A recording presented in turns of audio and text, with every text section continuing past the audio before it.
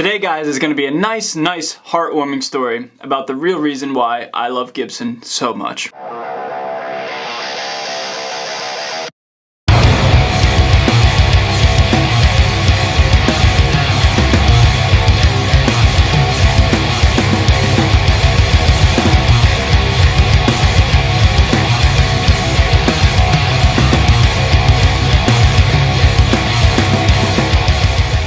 Starting off, the year is 2003. My dad comes home and walks through the door with a 2001 Gibson Les Paul Studio Plus.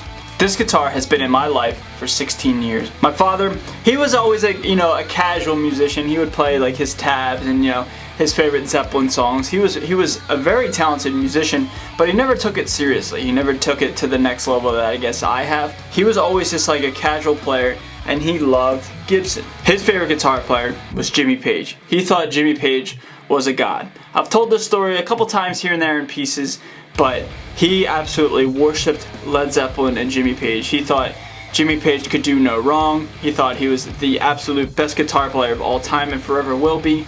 That was his opinion.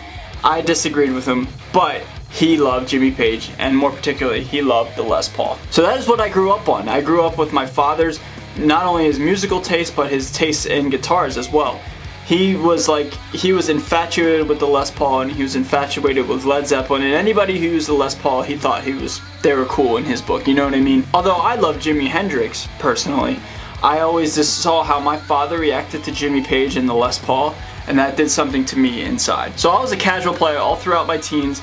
I didn't really take it too seriously. I would just play, my favorite rock and roll songs and a little bit of metal here and there, just covers. But then when I was about like 19 years old, that's when I really started to take it very seriously, if you will. And for Christmas one year, my father gave me this guitar. He gave me his very own 2001 Gibson Les Paul Studio Plus, and this is the guitar that I absolutely play to death. I mean, this thing is worn in as all get out. It has so many nicks and dings in it, and I just absolutely love this guitar so much. So now, guys, this is where the story gets a little sentimental and a little sad, if you will. So the year is 2015. I'm stationed in Vilseck, Germany, getting ready to go on deployment with my guys in my battery. I was an artilleryman at the time. Before I became an infantryman and an officer, I was a specialist at the time. My battery commander got a phone call from the Red Cross, and it was from my hometown's hospital saying my father was sick.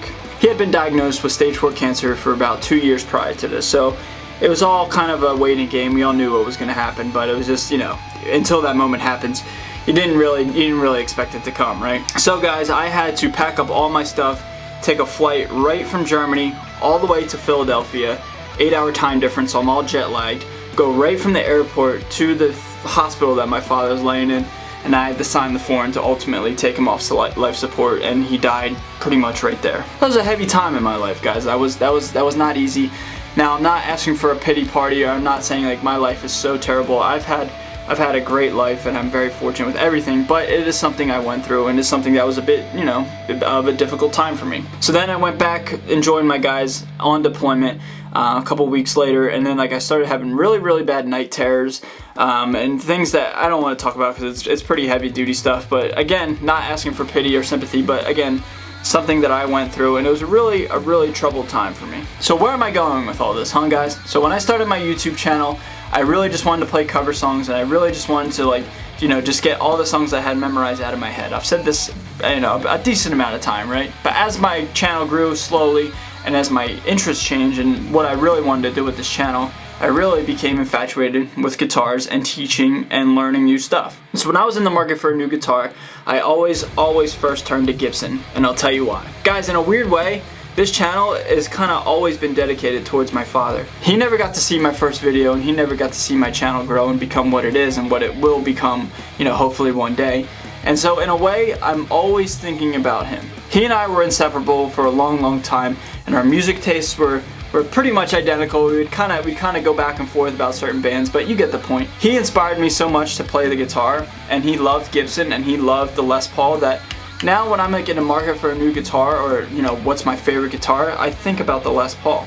I think about the Les Paul, and I think about Gibson, and I think of him. In a way, I'm kind of like chasing his ghost, and it's sad that I know, believe whatever you want, but I always just gravitate towards his memory in my brain, and when I'm creating content, I'm always thinking about him. And so when people bash Gibson, I take it relatively personal because, you know, I have such fond memories of my father and Gibson and guitar and music in general that, like, I want to support and wave the Gibson flag because it means so much to my childhood and who I am today. When I see a Les Paul, guys, I think of my father. I can't help it. It's just how I'm hardwired now. And again, he never got to see me do this on the internet. And so my influences and my tastes and my musical choices in terms of guitars and what have you and gear has always been kind of geared towards what he would want to see. He's still with me today, whether you believe in, you know, what happens after we die, whatever you believe, you know, is totally up to you. But I'm just saying, guys, his memory and his influence is still with me today because I still have an absolute love for the Gibson Les Paul and Gibson in general, and he is still influencing me as a person, as a man to this day. So long story short, guys, I just wanted to turn on the camera and tell you guys this story. I think of him every day, and every time I play a Les Paul, or every time I play guitar in general, I'm thinking of him. And every time I see a Les Paul, it reminds me of being back in 2003 when my father walked through the door with this guy. They just hold such sentimental value to me in my heart and in my childhood and who I am, and I just absolutely love them because it helps me keep my father's memory alive. So guys, that's a little bit of a somber, kind of sad story in a way, but it's also a happy one because, you know, I have such a strong influence and connection with my father, and, you know, the Gibson Les Paul, it just means so much to me that it makes me who I am today, and I can't change it. This is how I was raised and how I'm built. But guys, I really hope you dug this story. I hope you guys understand where I'm coming from, and I just hope you guys enjoyed me talking about somebody that was very, very important to me and now is still important to me even in death. So guys, I hope you have a great weekend if you're watching this live, and just thank you so much for watching to the end of this video and let me share a bit of a personal story of mine to you guys. I'm out of here, boys. Stay metal, and I'll see you guys next time.